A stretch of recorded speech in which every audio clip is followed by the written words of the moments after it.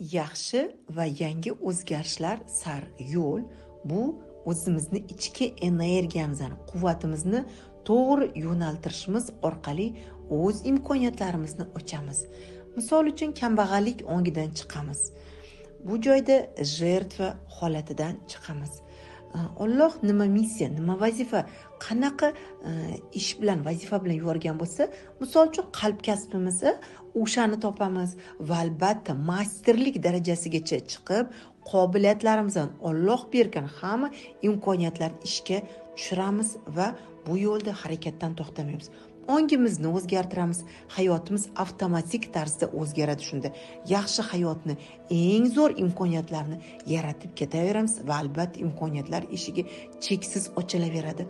Alloh bu joyda doimo bizni qo'llab-quvvatlayveradi. O'zlikni hammani boricha qabul qilib tan olishimiz shart bunda.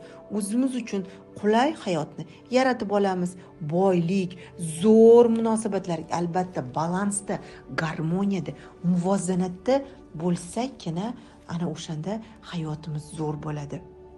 Boy badavlat bo'la olamiz, sog'lom, bardam, baquvvat, energichni, pozitiv energiyada bo'la olamiz va albatta hayotimizga xuddi shunaqa biz o'ylagan orzu, xohish, maqsadlarimiz oson, yengillik bilan tabiiy ravishda kirib keladi.